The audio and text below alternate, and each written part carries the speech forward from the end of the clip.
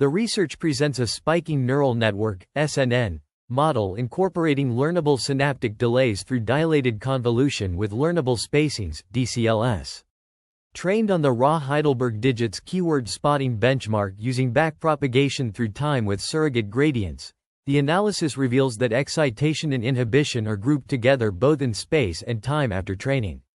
To enhance efficiency and biological realism, a dynamic pruning strategy combining deep R for connection removal and RigL for connection reintroduction is implemented.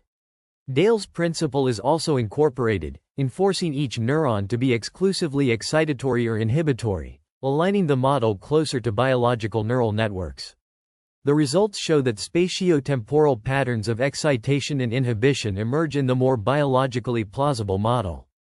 This research demonstrates the potential of integrating learnable delays, dynamic pruning, and biological constraints to develop efficient SNN models for temporal data processing. The findings enhance the understanding of spatio-temporal dynamics in SNNs, suggesting that the spatio-temporal features which emerge from training are robust to both pruning and rewiring processes. Learnable synaptic delays have been proposed to enhance spatio-temporal information processing in spiking neural networks, SNNs. Inspired by biological systems, these delays enable neurons to perform coincidence detections across longer time intervals, improving SNN's ability to process temporal information. Neuromorphic hardware, such as Intel's Loihi and Spinnaker, incorporate programmable synaptic delays, facilitating efficient deployment of SNNs with trained delays for real-time data processing. Reducing the number of network parameters has been a long-standing goal, with overparameterization in deep neural networks becoming a significant problem. Sparse neural networks, which reduce memory usage and energy consumption, are particularly necessary on neuromorphic systems. Traditional pruning methods often require training a dense model first, limiting model size due to the training cost of the original dense model. In contrast, biological systems dynamically rewire synaptic connections during learning, suggesting that dynamic pruning and rewiring can enhance neural network performance and efficiency. This paper analyzes an SNN trained on the Raw Heidelberg Digits benchmark dataset in a supervised fashion.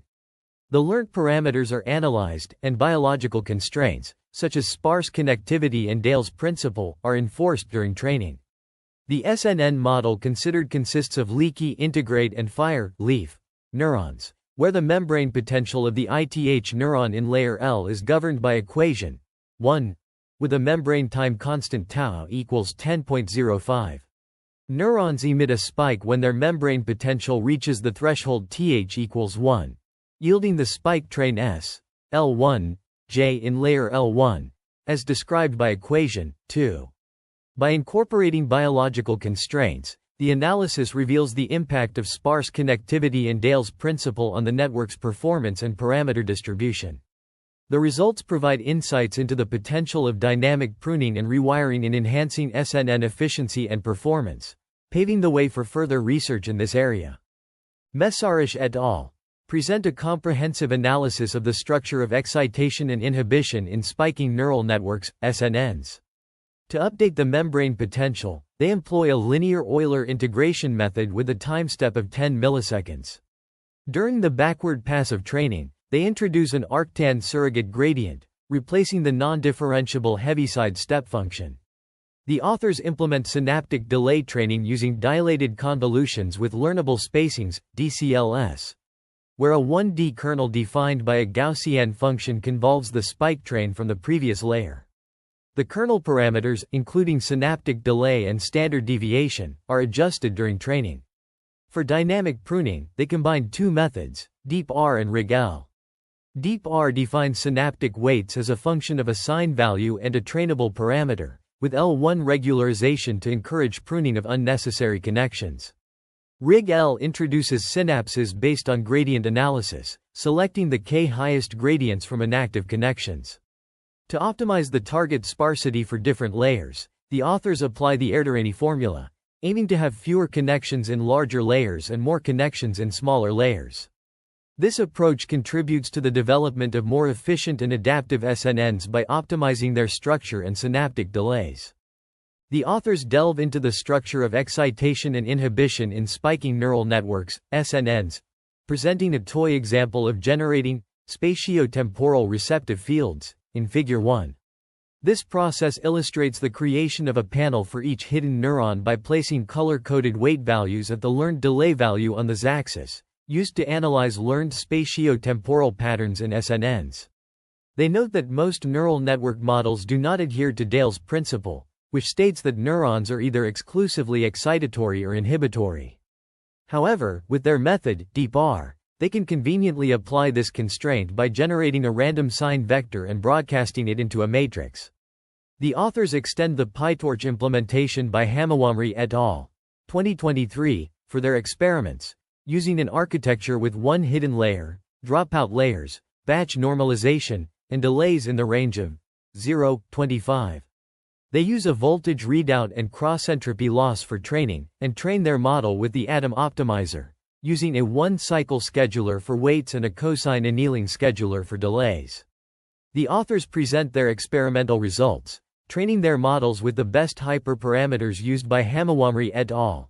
2023 for training on the spiking Heidelberg Digits, SHD, dataset, but applying them to the Raw Heidelberg Digits dataset. They pre-process the dataset similarly to Nefchi et al. 2019, creating MEL spectrograms of shape 40 by 80. They tune the L1 regularization strength and achieve 94.5% test accuracy similar to results reported on SHD by Hamawamri et al. The authors then analyze the learned spatio-temporal patterns by extracting spatio-temporal receptive fields, using the process illustrated in Figure 1. They create a panel for each hidden neuron by placing color-coded weight values at the learned delay value on the z-axis, and sum these figures for each neuron in the output layer, weighted by the learned hidden-to output weight, and adjusted along the z-axis according to the learned hidden-to output delay.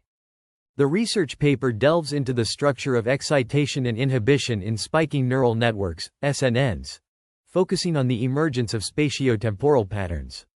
Figure 2 illustrates the spatio-temporal receptive fields in the non-constrained network, with red pixels representing excitatory connections and blue pixels representing inhibitory connections.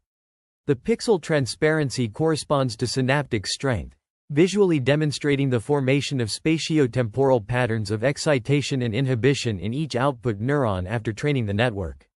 To quantify these patterns, the authors employ Moran's I, a statistical measure of 2D autocorrelation. They choose the 8 neighborhood case, also known as the Queen's case, to capture a broader influence. The average Moran's I value across all output neurons is 0.0901, with the highest value of 0.1486 for class 14 and the lowest value of 0.0480 for class 7. This indicates that spatio-temporal autocorrelations emerge for all classes, although they are not very strong, with the highest possible value being 1. This analysis provides insights into the organization of excitation and inhibition in SNNs, highlighting the presence of spatio-temporal patterns that are not very strong but still evident across all classes. The use of Moran's I as a statistical measure allows for a quantitative assessment of these patterns, providing a deeper understanding of the network's structure and function. Mészáros et al. Investigate the structure of excitation and inhibition in sparse neural networks, SNNs, by training networks with biological constraints, specifically a fixed level of sparsity and Dale's principle.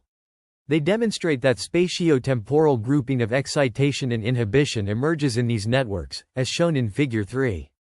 To quantify this emergence, they utilize Moran's I with an 8 neighborhood matrix, finding an average Moran's I value of 0.0184. Suggesting a weak but present spatial autocorrelation.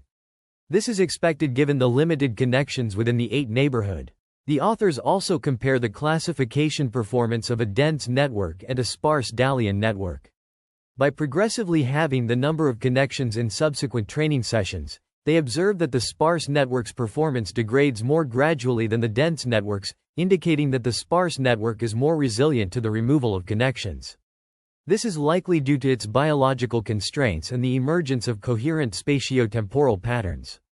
The study's findings contribute to the understanding of how biological constraints can influence the structure and function of neural networks, particularly in terms of the interplay between excitation and inhibition. The results have implications for the design of more efficient and biologically plausible neural networks, as well as for the development of new algorithms that leverage these properties to improve performance. A comparative analysis of various neural network architectures reveals the impact of sparse connectivity and structure learning on classification accuracy. The study employs a recurrent spiking neural network, SNN, as a baseline, building upon the 2021 proposal by Zenka and Vogels.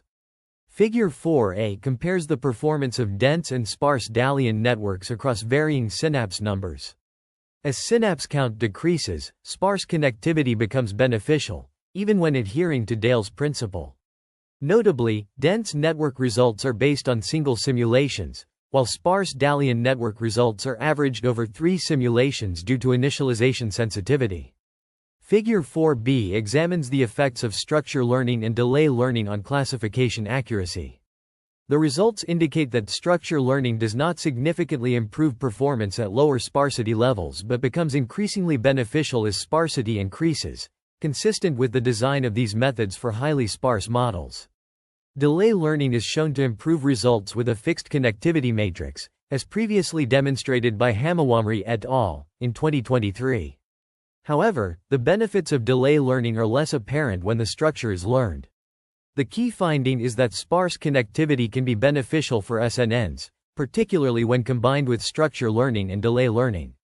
This study provides insights into the interplay between these factors and their impact on classification accuracy, informing the optimal architecture design for SNNs. Mészáros et al. Investigated the structure of excitation and inhibition in sparse neural networks, SNNs, comparing the performance of deep R and RigL under sparse and dense settings. Results show that the sparse Dalian network retained better performance as the number of synapses decreased, illustrated in Figure 4a. The authors then analyzed the effectiveness of dynamic pruning and delay learning in SNNs, defining 4 models: one with structure learning, one with delay learning, one with both, and one with neither. The results, presented in Figure 4b, demonstrate that dynamic pruning is highly effective, especially in sparse networks, while learning delays is beneficial when the structure is fixed. The authors discussed the implications of Dale's principle, which did not seem to impair classification performance in their setting. They argued that dynamic pruning is vital for maintaining high performance in sparse networks, but delay learning might not be necessary. The analysis highlighted the importance of structure learning over delay learning, suggesting that gradient descent may struggle with simultaneously learning both parameters, leading to the observed results. However, the authors noted that structure learning with fixed delays can be seen as a form of delay learning. The study concluded that biologically plausible sparse network architectures can be efficient for machine learning tasks, paving the way for future research into the optimization of SNNs for various applications, particularly those with strong memory and computational constraints. The findings have significant implications for the development of efficient SNNs, highlighting the importance of dynamic pruning and structure learning in sparse network architectures. The authors assert no conflict of interest in this research, and provide a detailed account of their individual contributions, encompassing conceptualization, investigation, formal analysis, software development, validation, visualization, and writing. The work was supported by a doctoral scholarship from the Leverhulme Trust and the Engineering and Physical Sciences Research Council, EPSRC. In terms of data availability, the code will be made publicly accessible on GitHub, while generated example networks will be deposited in the University of Sussex Figshare repository upon manuscript acceptance. This research adheres to open access principles, ensuring the reproducibility and transparency of the results. The research on spiking neural networks, SNNs, has made significant contributions to the field. Mészáros et al. Have studied the structure of excitation and inhibition in SNNs, highlighting the importance of these components. Hamawamri et al. Have explored learning delays using dilated convolutions, while Han et al. Have focused on efficient neural network connections.